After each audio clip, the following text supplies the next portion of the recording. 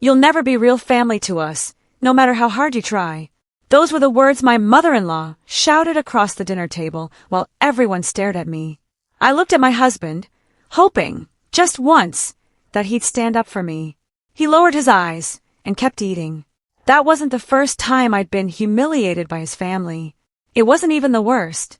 For nearly 20 years, I believed I was fighting to save my marriage. I had no idea I was actually trapped inside a lie that everyone else seemed to understand, except me. And the night that finally changed everything wasn't the night I decided to leave. It was the night I discovered the one truth that made me question every painful memory I'd been holding on to for years. Before we begin, tell me in the comments, what city are you watching from? And if you've ever felt invisible in your own family, don't forget to like and subscribe, because the story might hit closer to home than you expect. It all started on a cold Sunday evening when my husband told me we were having dinner at his parents' house again. You'll never be real family to us, no matter how many years you stay with my son. Those words echoed through the dining room while everyone sat in complete silence. My mother-in-law didn't even bother lowering her voice. She wanted everyone to hear.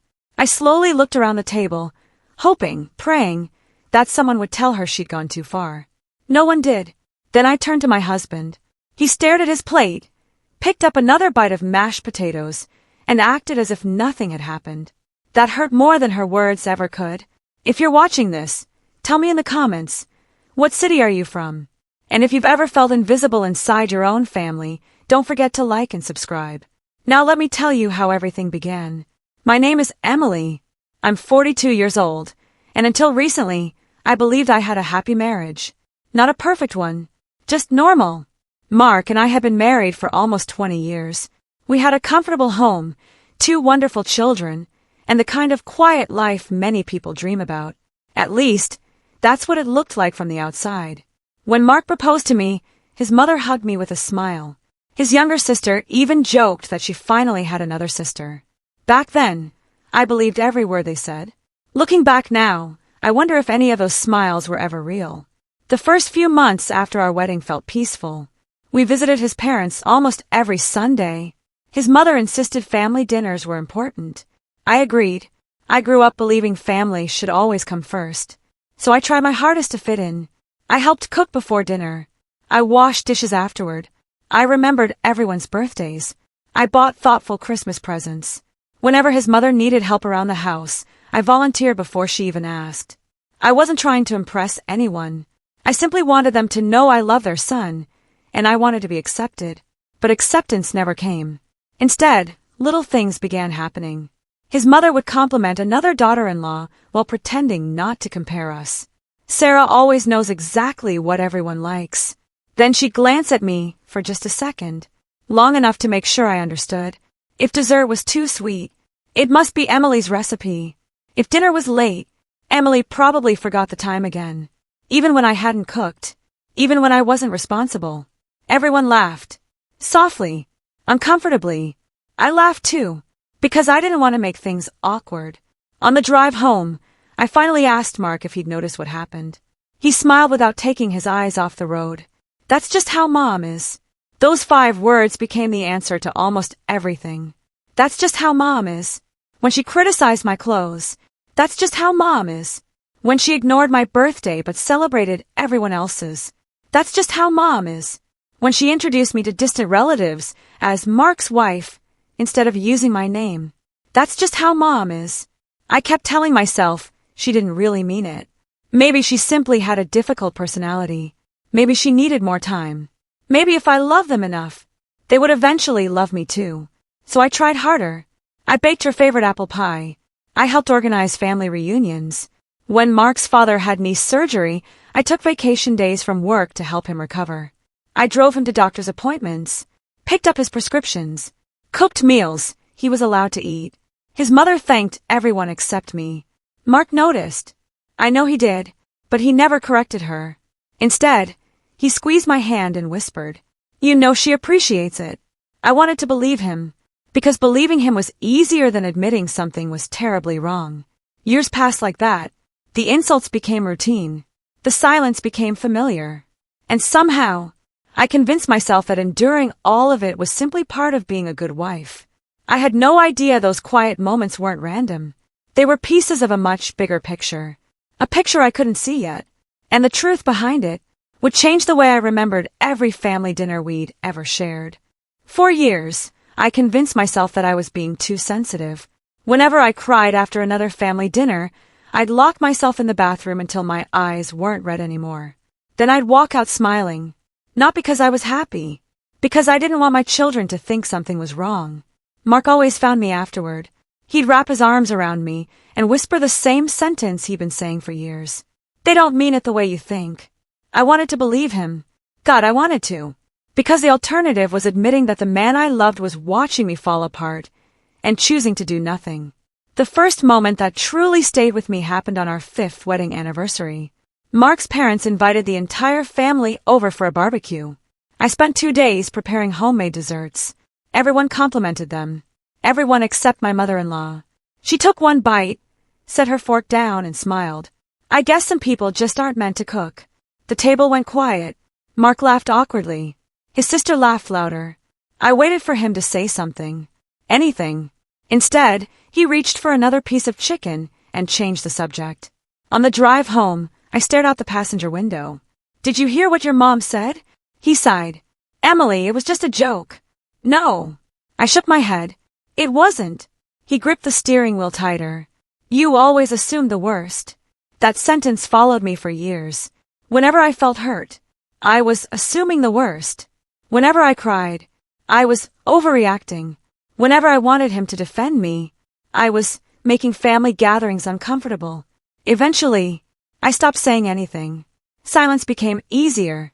The next incident happened after our daughter, Lily, turned 12. She had spent weeks practicing a piano performance for the family Christmas dinner. She was terrified. Right before she played, she whispered, Mom, don't leave my side. I promised I wouldn't.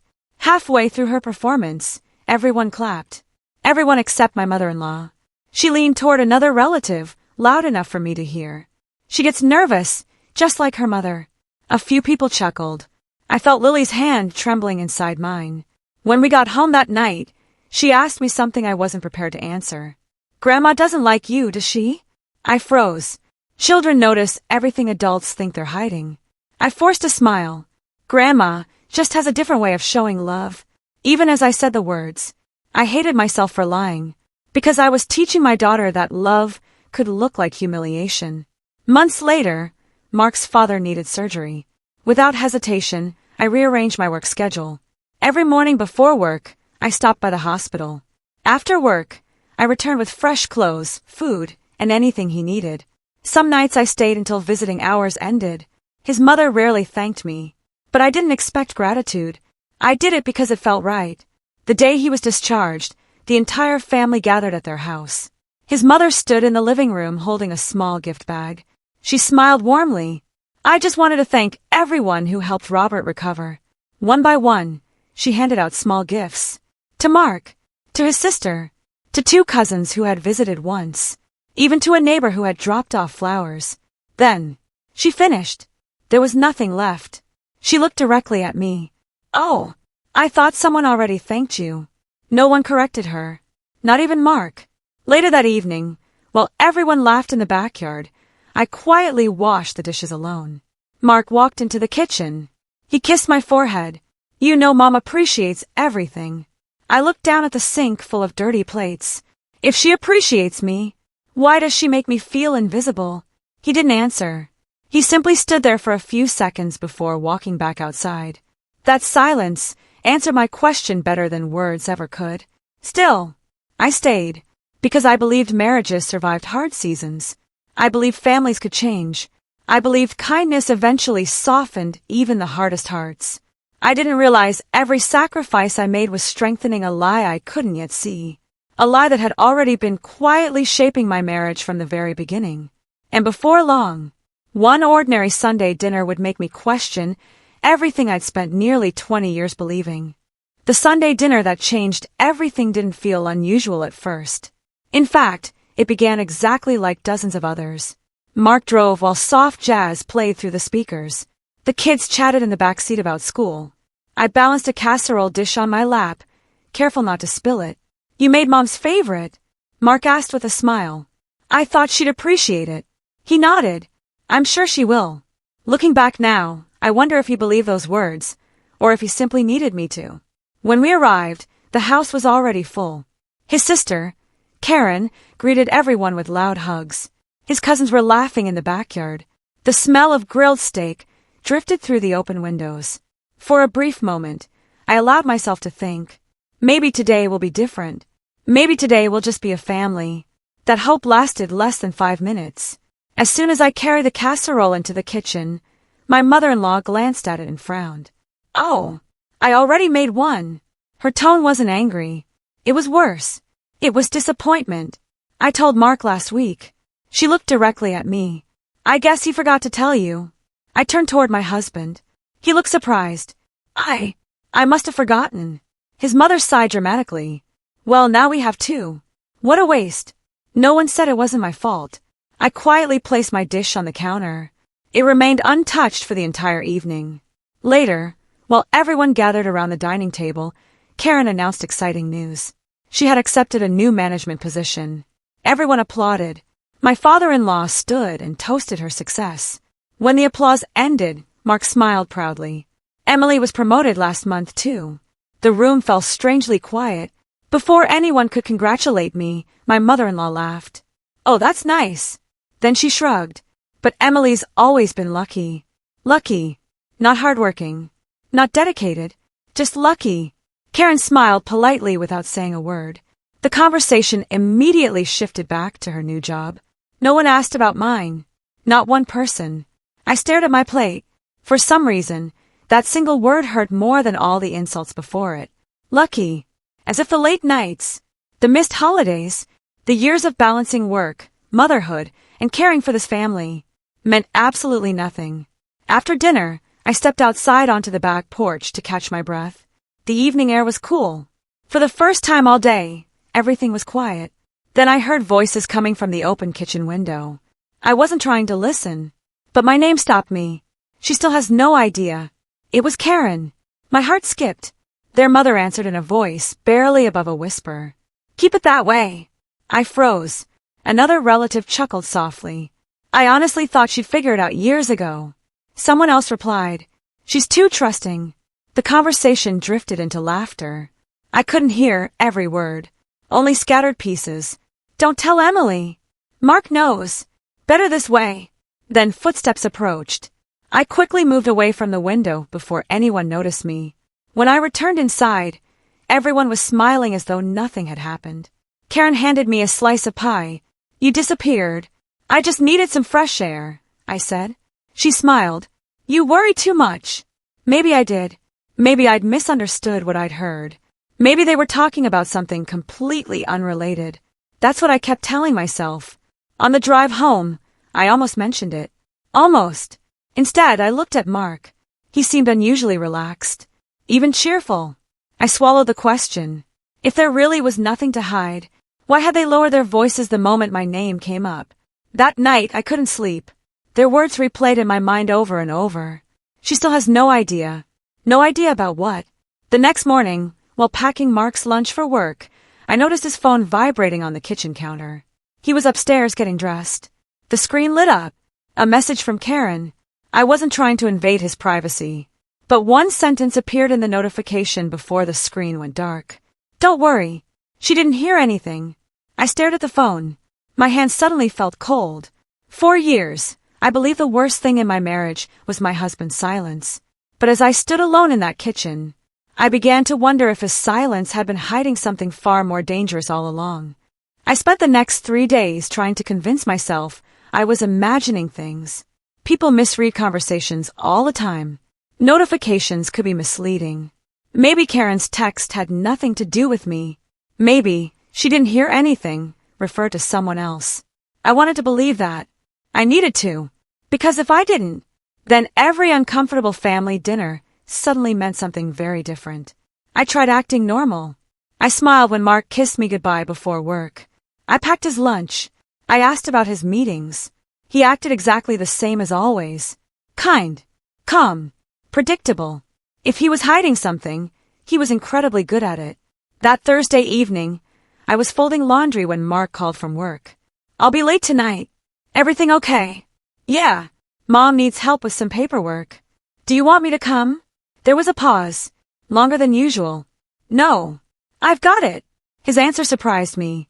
Normally, whenever his parents needed anything, I was expected to help. This time, he didn't even ask. After hanging up, I stared at the basket of clothes in front of me. Something felt off. Not dramatic, just different. Around 8 that evening, I remembered I'd left one of Mark's jackets in the trunk of my car after our last trip. I wanted to wash it before the weekend. As I reached into the inside pocket, I found a folded receipt. It wasn't unusual for Mark to forget receipts. He always did, but this one caught my attention. It was from a print shop. The date was from 2 weeks earlier. The order description simply read, 5 certified document copies. No details, no explanation. Just that. I placed the receipt on the kitchen counter. When Mark came home later that night, I handed it to him. "You left this in your jacket." He glanced at it for less than a second. "Oh, what was it for?" He shrugged. "Just paperwork for my parents." "What kind of paperwork?" "I honestly don't remember." Then he walked upstairs. That bothered me more than it should have. Mark remembered everything. Birthdays, appointments, even grocery lists. But he couldn't remember paying for certified copies of important documents. The next afternoon, I met my best friend, Rachel, for coffee. She had known me since college. She was one of the few people who wasn't afraid to tell me the truth. I almost didn't bring it up. But eventually, everything spilled out. The family dinners, the whispers, Karen's message, the receipt. Rachel listened without interrupting. When I finished, she asked one question.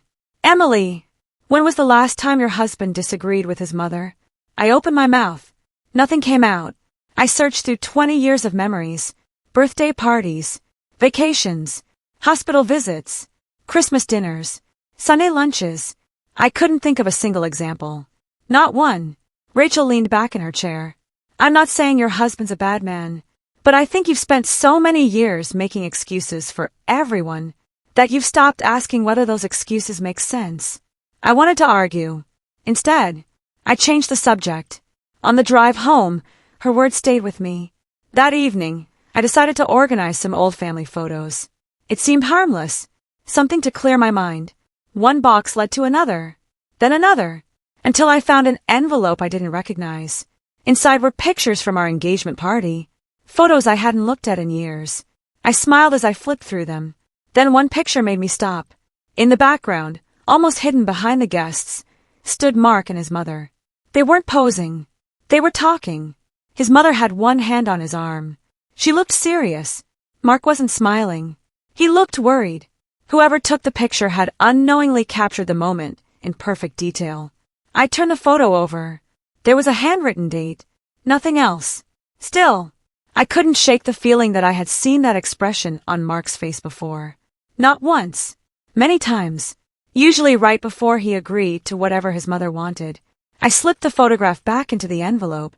As I did, a small folded piece of paper fell onto the floor. It wasn't mine.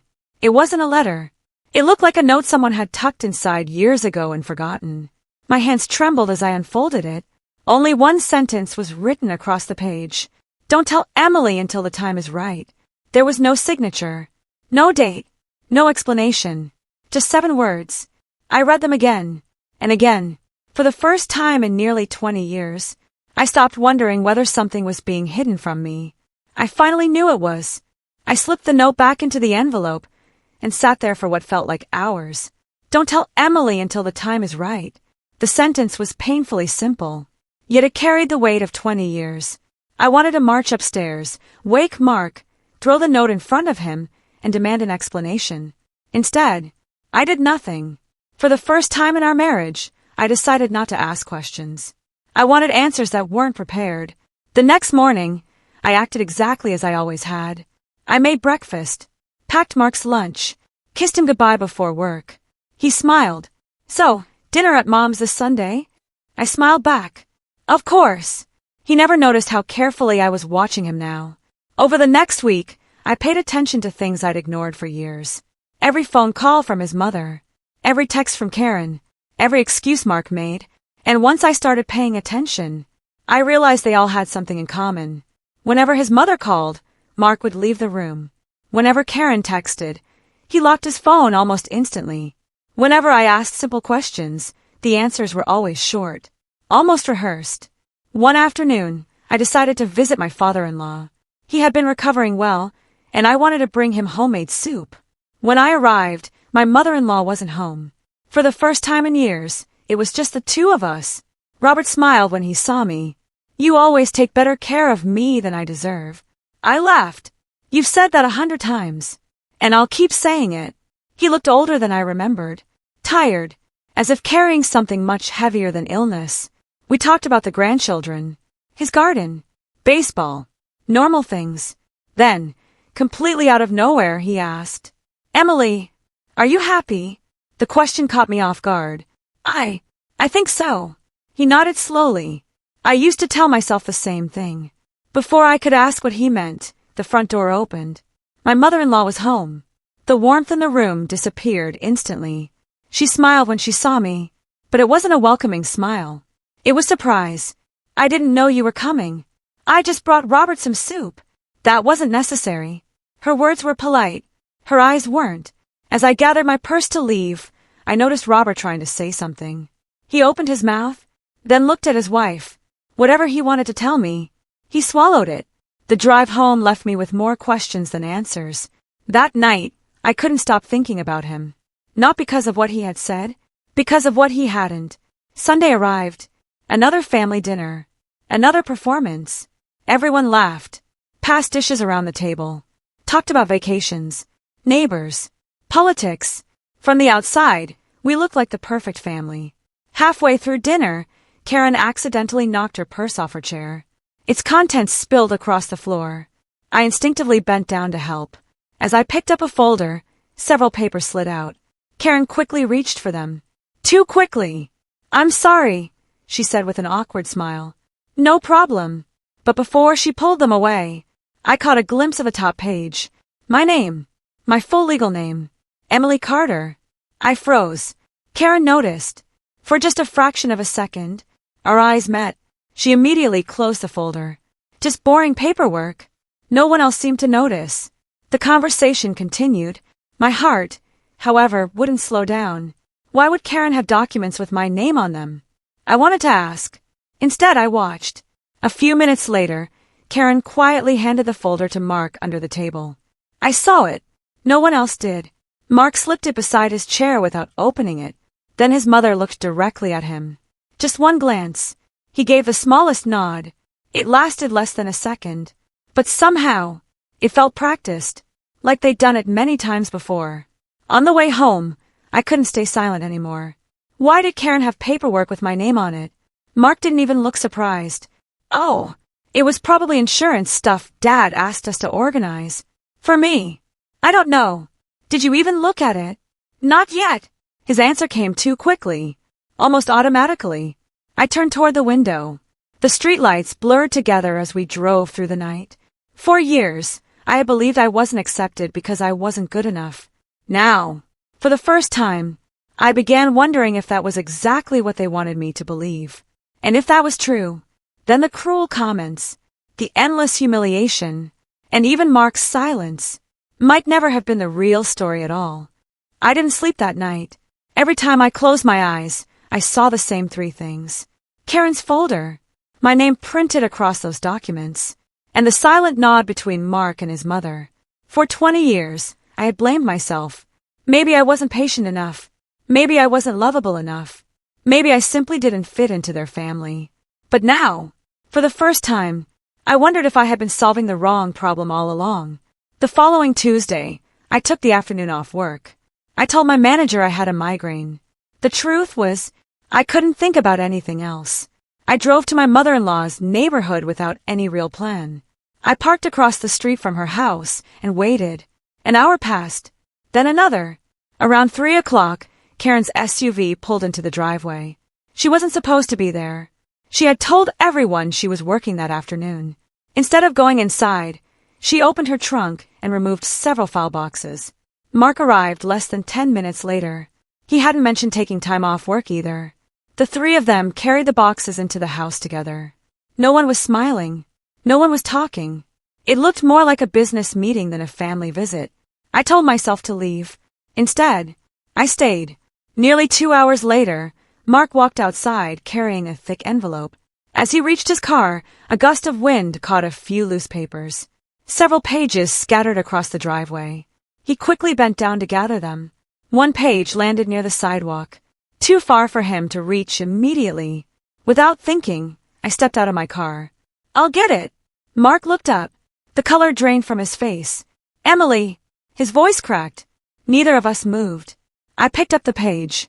Before I could hand it back, my eyes caught a single line near the top. Beneficiary update form. I frowned. "I'm sorry," I said. "I didn't mean to read it." He took the paper from my hand almost too quickly. "It's nothing. Nothing. It's just paperwork." There was that word again. Paperwork. Always paperwork. His mother appeared at the front door. The moment she saw me, her expression changed. Not surprise. Fear. It disappeared almost instantly. "Emily!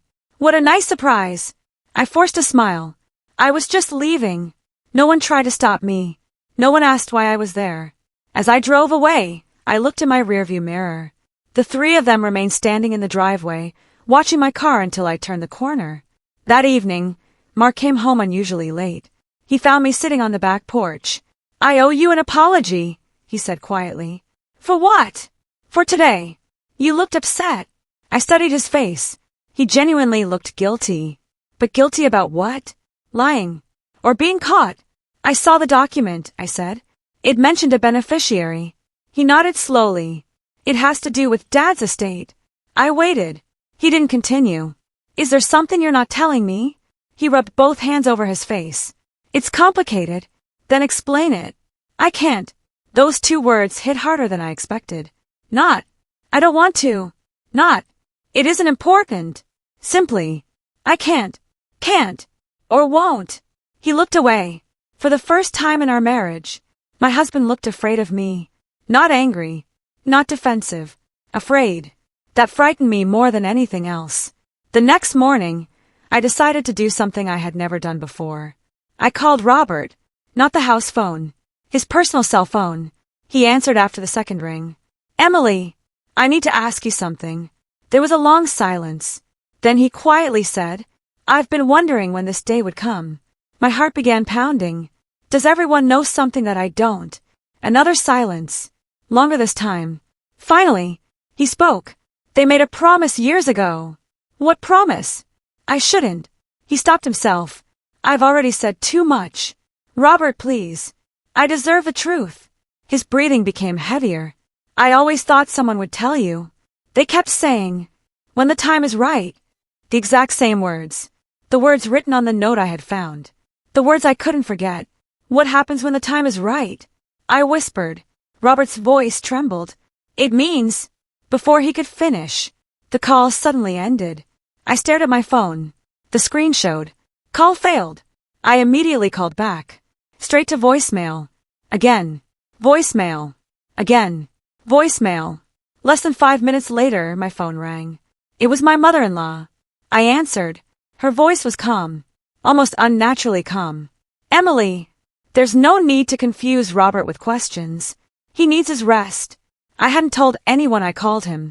Not Mark. Not Karen. No one. Yet somehow, she knew within minutes. And in that moment, I realized something that sent a chill through my entire body. Someone in that family was making sure I never learned the truth. No matter what it took. I stared at my phone long after my mother-in-law hung up. My hands were shaking. There was no logical explanation. I had called Robert on his personal cell phone.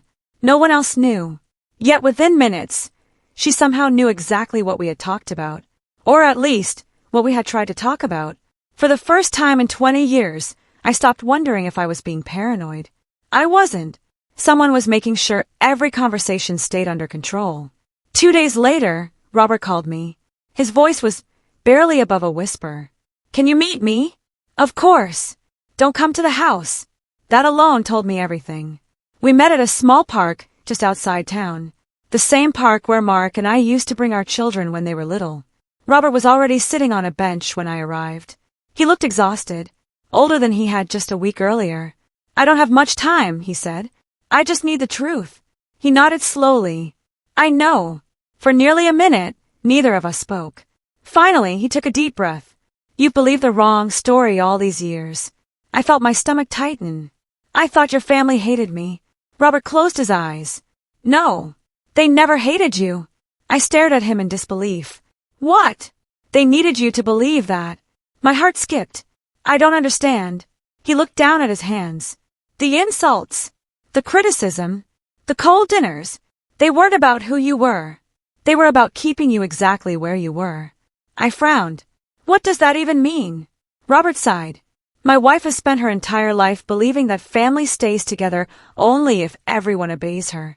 If someone questions her, they become the enemy. I thought about every family dinner, every cruel comment, every awkward silence, every time Mark chose not to speak. Robert continued, when you married Mark, she realized something. You were the first person he ever loved enough to disagree with her. I blinked. What? He used to argue with her. About everything. Until he stopped. Why? Robert looked at me with tears forming in his eyes. Because she gave him a choice. The family. Or you. I couldn't breathe. She told him that if he defended you, she would cut him off completely. No parents. No sister. No family gatherings. Nothing. I shook my head. Mark never told me. He thought he was protecting everyone. Robert answered quietly. He believed that if he stayed silent, he could keep both sides together. But silence doesn't stay silent forever. It always hurts someone. I looked away, trying to process everything. For 20 years, I believed Mark's silence meant he agreed with them. Now, I was hearing something entirely different. But one question still wouldn't leave my mind. If that's true, then what were those papers? Robert's expression changed. For the first time that afternoon, he looked genuinely frightened. Those papers, they aren't about money. My heartbeat quickened. They're about me? He nodded. Years ago, after I got sick, I rewrote several legal documents. I remembered the beneficiary form, Karen's folder, the certified copies, the whispers. Everything suddenly seemed connected. I told everyone that when the time was right, you deserved to know exactly what I had done. I leaned forward. What did you do? Before he could answer, a familiar voice interrupted us. Robert! We both turned. My mother-in-law was walking toward us across the park. Karen was beside her. Mark was only a few steps behind. No one looked angry. They looked terrified. My mother-in-law stopped in front of the bench. Her eyes locked onto Robert. I told you not to do this. Robert slowly stood. No. You told me to keep lying. There was a long, painful silence. Then, for the very first time in nearly 20 years, Mark stepped between his mother and me. He wasn't looking at me. He was looking directly at her. His voice was calm, but I had never heard it sound so certain. No more. Those 2 words stunned everyone, including his mother. She opened her mouth to argue. Mark didn't let her. I've spent 20 years watching my wife believe she wasn't good enough. I won't let her believe that for one more day. I felt tears running down my face, not because everything finally made sense. It didn't. Not yet. Because after 20 years, that was the first time my husband had ever chosen to stand beside me instead of standing in silence. And somehow, I knew the hardest truth was still waiting to be revealed. No one spoke. The park had suddenly become impossibly quiet. My mother-in-law stared at Mark as if she didn't recognize the man standing in front of her. You would choose her over your own family? She asked. Mark didn't hesitate. I am choosing my family. For a moment, I thought she was going to argue. Instead, she laughed. A cold, bitter laugh I'd heard too many times before. So, you finally know. I looked at her. Know what? She folded her arms. I never hated you, Emily. Those words should have comforted me. Instead, they terrified me. Then why? Why did you spend 20 years treating me like I didn't belong? She looked at Robert before answering. Because I thought it was the only way to keep this family together. I frowned. That doesn't make any sense. It did to me. Her voice remained calm. When Mark married you, he stopped making decisions for himself. He made them with you. I knew one day he'd leave this family behind. So I made sure he never would. I couldn't believe what I was hearing. You tried to destroy our marriage. To keep your son close? I never wanted to destroy it. She answered without emotion. I wanted you to stop expecting him to choose you. Robert shook his head. You controlled them both. She ignored him. For years, Emily blamed herself. And Mark blamed himself. As long as each of you believed you were the problem, neither of you questioned me. Her words hit harder than any insult she'd ever thrown at me. I had spent 2 decades trying to become someone worthy of acceptance. But acceptance had never been the goal. It had never been possible. The rules had been designed, so I could never win. I slowly turned toward Mark. Did you know? His eyes filled with tears. No, not like this. I knew Mom wanted peace at any cost. I didn't realize the cost was you. For the first time since we'd met in the park, I believed him. Not because he looked guilty. Because he looked broken. Robert reached into the inside pocket of his jacket. I can't keep hiding it anymore. He pulled out a large sealed envelope. This is what everyone has been fighting about. He handed it to me. Karen stepped forward. Dad, please don't. Robert looked at his daughter. No. This ends today. My hands trembled as I opened the envelope. Inside were several legal documents. The first page wasn't a will. It wasn't a deed. It wasn't a bank statement. It was a letter. My name was written across the front. For Emily. I looked at Robert. You wrote this. He nodded. Years ago. I wanted you to receive it after I was gone. Then why didn't you? His shoulders slumped. Because every time I tried, someone convinced me to wait. I unfolded the letter. The first paragraph immediately blurred through my tears. Emily, if you're reading this, then I have failed you for far too long. I watched you give everything to this family. I watched you believe you were unwanted, and I said nothing. That silence is the greatest regret of my life. I couldn't continue. Not yet. Robert gently touched my shoulder. Keep reading. I took a deep breath. The next lines changed everything I thought I knew. I asked Mark to protect you. Instead, he tried to protect everyone. Those are not the same thing. I looked at Mark. He lowered his head. I thought if I kept everyone together, eventually things would get better. They never did. No, Robert answered quietly. They got worse. I continued reading. The final page contained one sentence written entirely in Robert's handwriting. None of this was ever your fault. I broke down. Not because of the letter. Because it was the first time in 20 years that someone from Mark's family had looked me in the eyes and told me the truth. Every insult, every cruel joke, every silent dinner, every lonely drive home. None of it had happened because I wasn't good enough. It had happened because everyone else had been too afraid to stop it. But even then, one question still remained unanswered. If Robert had finally told me the truth, why had Karen spent years hiding those documents from me? When I slowly turned toward her, she was already crying, and before anyone could ask another question, she whispered 7 words that none of us expected to hear. I'm the one who kept the letter hidden. Karen's words hung in the air. I'm the one who kept the letter hidden. I couldn't speak. For years, I had imagined confronting her. I had rehearsed every angry word in my head. But now that the moment had come, I only felt empty. Why?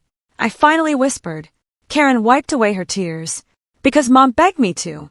I stared at her in disbelief. Begged you? She nodded. She said if you ever read that letter, this family would fall apart. I looked at my mother-in-law. She didn't deny it. She simply stood there, staring at the ground. Karen took a slow breath.